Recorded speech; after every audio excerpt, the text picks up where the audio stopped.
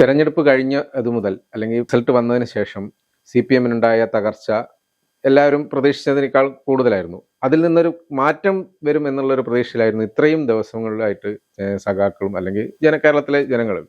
പക്ഷേ കഴിഞ്ഞ ദിവസം കേന്ദ്ര കമ്മിറ്റി യോഗം ചേർന്നപ്പോഴും അതിൽ കുറച്ച് തീരുമാനങ്ങൾ അല്ലെങ്കിൽ ഒരു മാറ്റം, ശൈലി മാറ്റണം, പിന്നെ സ്ഥാനാർത്ഥി നിർണയം പ്രശ്നമായി, അങ്ങനെയുള്ള കുറച്ച് കാര്യങ്ങൾ പറഞ്ഞു എന്നല്ലാതെ ഇതുവരെയുള്ള നേതൃത്വത്തെ മാറ്റണം എന്നുള്ളൊരു തീരുമാനം ഉണ്ടായിട്ടില്ല ശരിക്കും പറഞ്ഞാൽ. അപ്പോൾ അത് മാറ്റാതെ മറ്റു ചില കാര്യങ്ങളൊക്കെ പറഞ്ഞു. അങ്ങനെയൊക്കെ നേതൃത്വത്തിനെതിരെ ഇപ്പോഴും മാറ്റണ്ട എന്നുള്ളൊരു തീരുമാനത്തിലെത്തി. അങ്ങനെയാണ് പോകുന്നത്. അപ്പൊ അങ്ങനെ ഒരു സാഹചര്യത്തിൽ ഇപ്പോൾ കേരളത്തിലെ CPM-ന് തിരിച്ചുവരവ് ഉണ്ടാവുമെന്ന് പ്രതീക്ഷിക്കുന്നുണ്ടോ? അല്ല, നിലവിലെ സാഹചര്യത്തിൽ കേരളത്തിന്റെ CPM തിരിച്ചു വരണോ വേണ്ടയോ എന്ന് ജനങ്ങളോ അണികളോ അല്ല തീരുമാനിക്കുന്നത്, അവരുടെ നേതാക്കൾ തന്നെയാണ് തീരുമാനിക്കേണ്ടത്. മാറ്റങ്ങൾ, ഞങ്ങൾ മാറാൻ തയ്യാറാണ്, മാറ്റത്തിന് പോകുന്നു എന്നൊക്കെ ചോദിക്കുമ്പോഴും പറയുമ്പോഴും യഥാർത്ഥത്തിൽ എവിടെയാണ് തെറ്റ് പറ്റിയതെന്നോ ആ തെറ്റവർക്ക് മനസ്സിലാകാത്തതാണോ അവർ അംഗീകരിക്കാത്തതാണോ എന്നും നമുക്കറിയില്ല. കാര്യം ഇത്രയും വലിയൊരു പരാജയം ഉണ്ടാകുമ്പോൾ ഇപ്പോൾ പക്ഷെ ഈ തെറ്റ് പലരും ചൂണ്ടിക്കാറ്റി. കാരണം താഴെക്കിടയിലെ ലോക്കൽ കമ്മിറ്റികളൊക്കെ ചേർന്നപ്പോൾ പരാജയ കാരണം വിലയിരുത്തിയപ്പോൾ പറയുന്നുണ്ടായിരുന്നു നേതൃത്വത്തിന്റെ ധാർഷ്ട്യം, അല്ലെങ്കിൽ പേരെടുത്ത് പറഞ്ഞിട്ടില്ലെങ്കിലും ചില കമ്മിറ്റികളിൽ പേരെടുത്ത് തന്നെ പറഞ്ഞു എന്ന് തോന്നുന്നു. അപ്പൊ പിണറായി വിജയനെയും MA ഗോവിന്ദനെയും എടുത്തു പറഞ്ഞ സംഭവങ്ങളൊക്കെ ഉണ്ടായിട്ടുണ്ട്. അപ്പൊ അങ്ങനെ ഉള്ളൊരു പറഞ്ഞിട്ടുണ്ടെങ്കിലും പക്ഷേ നേതൃത്വം ഇപ്പോഴും മാറ്റാനുള്ള ഒരു തീരുമാനം എടുക്കുന്നില്ല. അല്ല, നേതൃത്വത്തെ മാറ്റിയാൽ മാത്രം തീരാവുന്ന പ്രശ്നമല്ല CPM-ന്റെ അകത്ത് ഇപ്പോൾ ഉള്ളത്. അല്ലെങ്കിൽ നേതൃത്വത്തിലെ ഉള്ള ആളുകളെ മുഴുവൻ മാറ്റിയാൽ പ്രശ്നങ്ങളെല്ലാം അവസാനിച്ചു എന്ന് നമുക്ക് പറയാനാകില്ല. പ്രശ്നങ്ങൾ ഒരു പരിധി വരെ കഴിയും, അല്ലെങ്കിൽ ഒരു അണികൾക്കെങ്കിലും ഒരു ആശ്വാസം ഉണ്ടാകും നേതൃത്വത്തിലെ പല നേതാക്കളെയും മാറ്റുമ്പോൾ. എന്നാൽ പ്രശ്നങ്ങൾ പൂർണ്ണമായി പരിഹരിക്കപ്പെടുമോ എന്നൊരു ചോദ്യമുണ്ട്. ഇവിടെ പ്രധാനമായി ഇപ്പോൾ അവർ പറയുന്ന 3 കാരണം. ഒന്ന്, തെരഞ്ഞെടുപ്പിൽ സ്ഥാനാർത്ഥി നിർണയം പാളി എന്ന് പറയുന്നു. അത് എടുത്തു പറയുന്ന സ്ഥലം പയ്യന്നൂരും തളിപ്പറമ്പുമാണ്. 2 സ്ഥലത്ത് സ്ഥാനാർത്ഥി നിർണയം പാളുകയാണ് എങ്കിൽ അത് സംസ്ഥാനത്തെ ഒട്ടാകെ സ്ഥാനാർത്ഥികളെ എങ്ങനെയാണ് ബാധിക്കുന്നത്? അങ്ങനെയാണെങ്കിൽ 99-ൽ നിന്ന് 34-ലേക്ക് വരില്ലല്ലോ.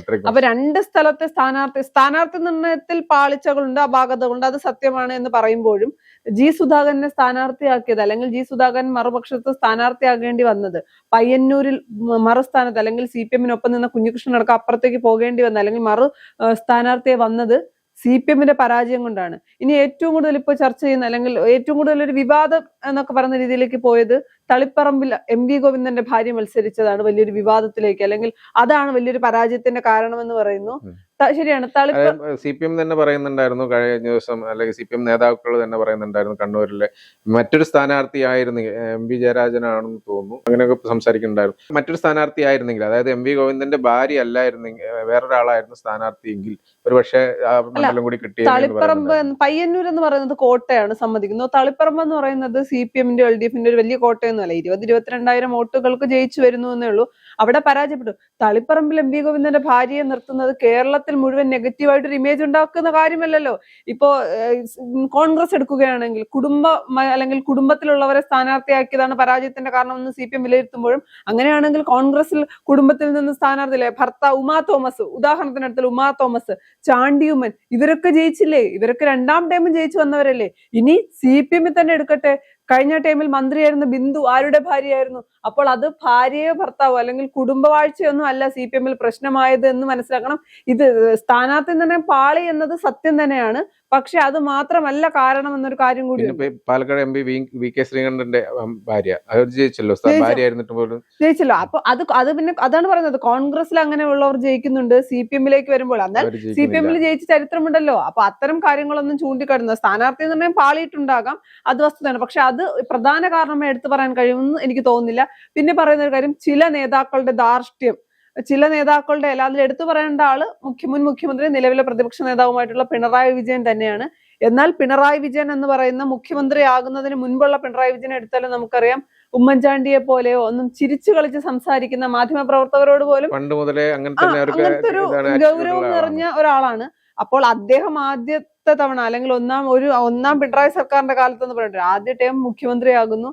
ചരിത്രം എന്ന് പറയുന്ന വിധം അദ്ദേഹം തന്നെ 2ാമത് അല്ലെങ്കിൽ തുടർ ഭരണം കിട്ടുന്നു. അപ്പോൾ ആദ്യത്തെ ടൈമിൽ അദ്ദേഹമാണ് മുഖ്യമന്ത്രി. അദ്ദേഹത്തിന്റെ നിലപാടുകളിൽ വലിയ മാറ്റങ്ങളൊന്നും വന്നിട്ടില്ല. ആദ്യത്തെ ഉള്ളതുപോലെ കുറച്ചുകൂടി ഒരു ധാർഷ്ട്യം കൂടിയിട്ടുണ്ട്. എന്നിരുന്നാൽ പോലും ആദ്യം വളരെ നന്നായി ചിരിച്ചുകൊണ്ട് നിൽക്കുന്നു. ആദ്യത്തെ 5 വർഷം നന്നായി ചിരിച്ചു നിന്ന മുഖ്യമന്ത്രി അല്ല 5 വർഷം കഴിയുമ്പോൾ മാറിയത്. ആദ്യം മുതലേ അദ്ദേഹത്തിന്റെ പല ശൈലികളും രീതികളും ഒന്ന് തന്നെയായിരുന്നു, അതിൽ വലിയ മാറ്റമൊന്നും വന്നിട്ടില്ല. എന്നാൽ പാർട്ടിക്കുള്ളിൽ തന്നെ ചോദ്യം ചെയ്യാൻ ആരുമില്ലാത്ത രീതിയിലേക്ക് രണ്ടാമത് അല്ലെങ്കിൽ തുടർഭരണം കൊണ്ടെത്തിച്ചു. അതാണ് CPM-ന് ഏറ്റവും വലിയ തിരിച്ചടിയായത്. ഒരു തുടർഭരണം കിട്ടിയപ്പോൾ അല്ലെങ്കിൽ 10 വർഷം മുഖ്യമന്ത്രി ആകുമ്പോൾ ഞാനാണ് എല്ലാം എന്ന തോന്നലുണ്ടായി. പിണറായി വിജയൻ കാര്യം ശ്രദ്ധിക്കുക, ഇപ്പോഴത്തെ പിണറായി വിജയനെ ശ്രദ്ധിച്ചോ? ഈ തെരഞ്ഞെടുപ്പിന് ശേഷമുള്ള പിണറായി വിജയൻ, പ്രതിപക്ഷ നേതാവായതിനുള്ള പിണറായി വിജയൻ ഒരു സൈലന്റ് ആണ് മൊത്തത്തിൽ. കാരണം എന്ന് വെച്ചാൽ എല്ലാവരും കൂടി വളഞ്ഞിട്ട് ആക്രമിക്കുന്നത് കൊണ്ടാണോ എന്തോ ഒരു മുഖത്തൊരു ആ ഒരു ഫീലിംഗ് പഴയ പോലെ മാറി എന്നുള്ളതൊരു ശരിയല്ലേ? മാറി എന്നുള്ള ശരിയാണ്. അദ്ദേഹത്തിന്റെ ബോഡി ലാംഗ്വേജ് കാണുമ്പോൾ നമുക്കറിയാം. പക്ഷെ അദ്ദേഹത്തിന്റെ ഒരു ശക്തമായ പ്രതിപക്ഷമായിരിക്കാൻ CPM-ഉം CPI-യും ഒരുമിച്ച് നിൽക്കാൻ കഴിയുന്നില്ല.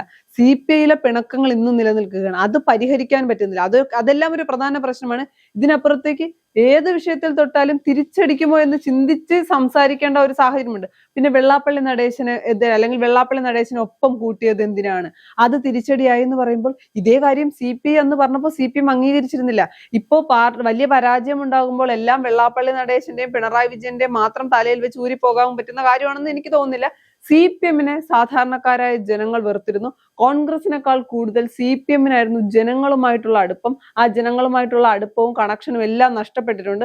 അതിന് തിരികെ പിടിക്കേണ്ടത് ഒരു ആവശ്യമുണ്ട്. അതിനിപ്പോ പിണറായി വിജയനും MV ഗോവിന്ദനും മാറിയാൽ പകുതി പ്രശ്നം സോൾവ് ആയി. എന്നിരുന്നാൽ പോലും താഴേക്കടയിലുള്ള നേതാക്കളടക്കം അവരുടെ ആറ്റിറ്റ്യൂഡിൽ മാറ്റം വരേണ്ടതുണ്ട്. 10 വർഷം അധികാരത്തിൽ വരുമ്പോൾ ഇനി ഞങ്ങൾ തന്നെ കേരളം ഭരിക്കുമെന്ന ഒരു നിലപാടിലേക്കും ആറ്റിറ്റ്യൂഡിലേക്കും അവർ പോയത് അമിത ആത്മവിശ്വാസം ഉണ്ടായിരുന്നു എന്നാണ് കേന്ദ്ര കമ്മിറ്റിന്റെ വിലയിരുത്തിയ കാര്യമാണ്. ഇത് അമിത ആത്മവിശ്വാസം വിനയായി എന്നുള്ളത്. ഈ സാധാരണ താഴെ തട്ടിലുള്ള അണികൾ പോലും അര പിണറായി ആകാൻ ശ്രമിച്ചു. അതൊക്കെ തന്നെയാണ് തെരഞ്ഞെടുപ്പിൽ പരാജയത്തിന് കാരണമായത്. നാളെ ഇനി പിണറായി വിജയൻ മാധ്യമങ്ങൾക്ക് മുന്നിൽ ചിരിച്ചുകൊണ്ട് വന്നിരുന്നാലും അല്ലെങ്കിൽ അദ്ദേഹത്തിന്റെ ശൈലിയിൽ മാറ്റം വന്നാലൊന്നും CPM-ന് ഉടനെ ഒന്നും അല്ലെങ്കിൽ കേരളത്തിൽ പഴയ പോലെ വേരുറപ്പിക്കാൻ കഴിയുന്ന ഒരു സാഹചര്യമില്ല. കാര്യം ജനങ്ങളിൽ നിന്ന് പാർട്ടി അകന്നുപോയി. പിന്നെ ഏറ്റവും എടുത്തു പറയേണ്ടത് ഇടതുപക്ഷത്തിന്റെ ഐഡിയോളജി. നമ്മൾ തെരഞ്ഞെടുപ്പിന് മുൻപേ പറഞ്ഞതാണ്, വോട്ട് ബാങ്കുകളെ ലക്ഷ്യം വെച്ച് നിലപാടിലും നയത്തിലും എന്ത് മാറ്റം വരുത്താനും CPM തയ്യാറായിരുന്നു. അത് തന്നെയാണ് CPM-ന് ഏറ്റവും വലിയ തിരിച്ചടിയായത്. എല്ലാ ജാതിക്കെതിരെയും ജാതി പ്രക്ഷോഭങ്ങൾക്കെതിരെയും ഒക്കെ നിരന്തരം സംസാരിച്ചിരുന്ന പാർട്ടിയാണ് CPM. അവർ വോട്ട് ബാങ്കുകളെ ലക്ഷ്യം വെച്ചുകൊണ്ട് അല്ലെങ്കിൽ വോട്ട് ബാങ്കുകളെ ലക്ഷ്യം വെക്കുന്നതിനപ്പുറത്തേക്ക് ന്യൂനപക്ഷങ്ങളെ തള്ളിക്കൊണ്ട് ഭൂരിപക്ഷങ്ങളെ ഒപ്പം നിർത്താൻ വേണ്ടി ആഗോള അയ്യപ്പ സംഗമം നടത്തുന്നു. ആഗോള അയ്യപ്പ സംഗമത്തിന്റെ കാറ് വെള്ളാപ്പള്ളി നടേശനെ കൊണ്ടുപോകുന്നു. യോഗി ആദിത്യനാഥിന്റെ പ്രസ്ഥാനം അല്ലെങ്കിൽ അദ്ദേഹം അത് മന്ത്രി വളരെ സന്തോഷത്തോടു കൂടി വായിക്കുന്നു. ഇതിനപ്പുറത്തേക്ക് CPM BJP അന്തർധാര ഉണ്ട് എന്ന് കേരളത്തിലെ ജനങ്ങൾ വിശ്വസിച്ചു. അത് തൃശ്ശൂർ പൂരം കലക്കിയത് ആരോപണമായി നിലനിൽക്കുമ്പോഴും PM ശ്രീ ഉൾപ്പെടെയുള്ള വിഷയങ്ങളിൽ മുന്നണി മര്യാദകൾ പോലും പാലിക്കാതെ എന്തിന്റെ അടിസ്ഥാനത്തിൽ ഒപ്പുവെച്ചു എന്നൊരു ചോദ്യം ഉണ്ടായിരുന്നല്ലോ അന്നെല്ലാം. അപ്പോൾ ശരിക്കും പറയുകയാണെങ്കിൽ ഇപ്പോഴും തീരുമാനം പലതും പറയുന്നുണ്ട്, പല കാര്യം വിലയിരുത്തലുകൾ ഉണ്ടാവുന്നുണ്ടെങ്കിൽ പോലും യഥാർത്ഥ കാരണത്തിലേക്ക് അല്ലെങ്കിൽ യഥാർത്ഥ കാരണം എന്തുകൊണ്ട് തോറ്റെന്നുള്ള യഥാർത്ഥ കാരണം അല്ലെങ്കിൽ അത് തിരുത്താൻ ഇപ്പോഴും CPM തയ്യാറാവുന്നില്ല എന്ന് തന്നെ നമുക്ക് പറയേണ്ടി ഇല്ല. CPM തയ്യാറാകുന്നില്ല. CPM പരസ്പരം പഴിചാരുകയാണ് ചെയ്യുന്നത്. ധാർഷ്ട്യം കാണിച്ച നേതാക്കളുടെ പേരെടുത്ത് പറയുന്നില്ലെങ്കിലും പിണറായി വിജയനും MV ഗോവിന്ദനുമാണ് എന്ന് സാധാരണക്കാരായ അല്ലെങ്കിൽ കേരളത്തിലെ കൊച്ചുകുട്ടികൾക്ക് പോലും അറിയാം. അവരെ മാറ്റാൻ തയ്യാറാകുന്നില്ല. ഇനി നഷ്ടപ്പെട്ടു പോയ വിശ്വാസം തിരികെ കൊണ്ടുവരണമെങ്കിൽ ഈ പഴയ നിലപാടുകളിലേക്ക് തന്നെ പോകേണ്ടി വരും. MV രാഘവനെ പാർട്ടിയിൽ നിന്ന് പുറത്താക്കുന്നതിന്റെ കാരണം അന്ന് അദ്ദേഹം വെച്ചൊരു ബദൽ രേഖയാണ്. അതിൽ ഏറ്റവും ലഘുവായി പറയുന്ന കാര്യം എന്താണ്? മുസ്ലിം ലീഗിനെ ഒപ്പം കൂട്ടണം, ഇനി മുന്നോട്ട് പോകണമെങ്കിൽ ലീഗിനെ ഒപ്പം കൂട്ടണമെന്ന്. അന്ന് തള്ളിക്കളഞ്ഞ പാർട്ടി അത് കഴിഞ്ഞുള്ള തെരഞ്ഞെടുപ്പിൽ വിജയിക്കുകയുമുണ്ടായി. അത് CPM-ന്റെ വിജയമാണ്. അതേ CPM ആണ് വോട്ടർമാരെ സ്വാധീനിക്കാൻ വേണ്ടി ആഗോള അയ്യപ്പ സംഗമം നടത്തുന്നു, വെള്ളാപ്പള്ളി നടേശനെ പൊതിഞ്ഞു പിടിക്കുന്നു. അത്തരം കാര്യങ്ങളിൽ നിലപാടുകൾ മാറ്റം വന്നു. അതിന്റെ അകത്ത് എടുത്തു പറയേണ്ട ഒരു കാര്യം, ഇത് CPM-ന് വന്ന മാറ്റമായിട്ട് ഞാൻ പറയുന്നില്ല.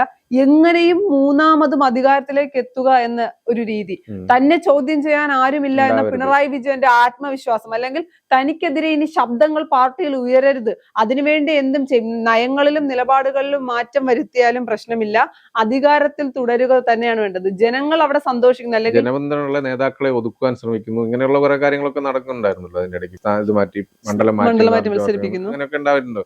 അതൊക്കെ ഒരു കാരണമായിട്ട് പറയാൻ പറ്റും. പക്ഷെ അതിലൊക്കെ വരുന്നത് പ്രധാന കാരണം ഒരു ധാർഷ്ട്യത്തിന്റെ രൂപത്തിലുള്ള പെരുമാറ്റം അതൊക്കെ തന്നെയാണല്ലോ. എന്ത് തന്നെയാലും ഈ ഒരു ഇത് ഒരു നീക്കവുമായി മുന്നോട്ട് ഇങ്ങനെ പോവുകയാണെങ്കിൽ, തിരുത്താൻ തയ്യാറാതെ മുന്നോട്ട് പോവുകയാണെങ്കിൽ അത് CPM-ന് വീണ്ടും തിരിച്ചടിയായിക്കൊണ്ടിരിക്കുകയല്ലേ ചെയ്യുക. കാരണം അത് UDF-ന് ഗുണം ചെയ്യുകയും ചെയ്യും. കാരണം ഇപ്പൊ തന്നെ നിരവധി വിവാദങ്ങൾ UDF സർക്കാരിനെതിരെ വരുന്നുണ്ട്. കാര്യമായിട്ട് പ്രതിരോധിക്കാനോ സമരം നടത്താനോ LDF-ന് കഴിയുന്നില്ല എന്നുള്ളതല്ലേ ശരി. സംസ്ഥാന സർക്കാരിന് എന്തായാലും നല്ല കാലമാണ്.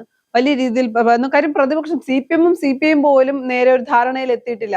അവിടെ ഉപപ്രതിപക്ഷ നേതാവ് സ്ഥാനം വേണമെന്നൊക്കെ പറഞ്ഞുള്ള ചർച്ചകൾ നടക്കുന്നതുകൊണ്ട് CPM-ഉം CPI-യും തമ്മിൽ പോലും ഒരുമിച്ച് പോകാൻ പറ്റാത്തത് കൊണ്ട് അത് ഭരണപക്ഷത്തിന് ഗുണമാണ്. വലിയ രീതിയിൽ പ്രതിഷേധങ്ങളൊന്നും ഉണ്ടാകില്ല, എങ്ങനെയെങ്കിലും പോകാം. എന്നാൽ കേരളത്തിലെ ജനങ്ങളെ എടുത്ത് നോക്കുമ്പോൾ ഏറ്റവും പരാജയപ്പെട്ട ഒരു കാര്യമാണ്. ശക്തമായ ഒരു പ്രതിപക്ഷമില്ല എങ്കിൽ സർക്കാരിന് തോന്നിയ രീതിയിൽ പോകും, നിയന്ത്രണങ്ങൾ ഉണ്ടാകില്ല, എവിടെ പിടിച്ചു നിർത്തണമെന്ന്. ഒരു ജനാധിപത്യ രീതിയിൽ ഒരു സംസ്ഥാനം നന്നായി പോകണമെങ്കിൽ, അല്ലെങ്കിൽ ഒരു സംസ്ഥാനത്തിന്റെ സർക്കാർ നന്നായി പോകണമെങ്കിൽ അവിടെ ശക്തമായ ഒരു പ്രതിപക്ഷം വേണം. വിമർശിക്കേണ്ടത് എല്ലാ കാര്യത്തിലും വിമർശിക്കുന്ന പ്രതിപക്ഷം. പഴയ CPM-നെ LDF-നെ ഒക്കെ നമുക്കറിയാം, എന്ത് നല്ല കാര്യം വെച്ചാലും വിമർശിക്കും. അങ്ങനത്തെ സമരങ്ങളല്ല, എന്നാൽ ശക്തമായ സമരങ്ങൾ. തെറ്റ് ചെയ്താൽ അത് ചൂണ്ടിക്കാട്ടാനും തിരുത്താനും. ഭരണപക്ഷത്തിന് സത്യത്തിൽ പ്രതിപക്ഷത്തെ ഭയമുണ്ടാകണം. ഞങ്ങൾ ഒരു തെറ്റ് ചെയ്താൽ ഇവർ ഞങ്ങളെ ചോദ്യം ചെയ്യും, പൊതുസമൂഹത്തിന് മുന്നിൽ ഞങ്ങളെ വലിച്ചു കീറുമെന്നുള്ള ഒരു ഭയം സർക്കാരിനുണ്ടാകണം. നിലവിലെ സാഹചര്യത്തിൽ സർക്കാരിന് ഒരു ഭയവുമില്ല. സർക്കാരിന് തിരിച്ച് ഇപ്പോഴും പ്രതിപക്ഷത്തിരിക്കുന്ന LDF-നെ വിമർശിക്കാൻ, അല്ലെങ്കിൽ CPM-നെ പൊതുസമൂഹത്തിന് മുന്നിൽ വലിച്ചു കീറിക്കൊണ്ടിരിക്കുകയാണ് ഓരോ പത്രസമ്മേളനത്തിലും മുഖ്യമന്ത്രി VD സതീശൻ ചെയ്യുന്നത്. അതിനുള്ള അവസരം കൊടുക്കാതെ എത്രയും പെട്ടെന്ന്, അതിപ്പോ നേതാക്കൾ മാറിയിട്ടാണെങ്കിൽ അങ്ങനെ, നിലപാടുകൾ മാറ്റിയിട്ടാണെങ്കിൽ അങ്ങനെ, അതൊക്കെ ആ പാർട്ടിയുടെ ആഭ്യന്തര കാര്യമാണെന്നാണല്ലോ അവർ പറയാറ്. അതുകൊണ്ട് എങ്ങനെ ആയാലും CPM നശിച്ചാൽ അത് ഗുണം ചെയ്യാൻ പോകുന്നത് BJP-ക്ക് ആയിരിക്കും. കേരളത്തിന്റെ മനസ്സ് BJP-ക്ക് അനുകൂലമായ ഒരു മനസ്സല്ല, പക്ഷേ BJP-ക്ക് അനുകൂലമാക്കി എടുക്കുന്നത് CPM-ന്റെ നിലപാടുകളായിരിക്കും.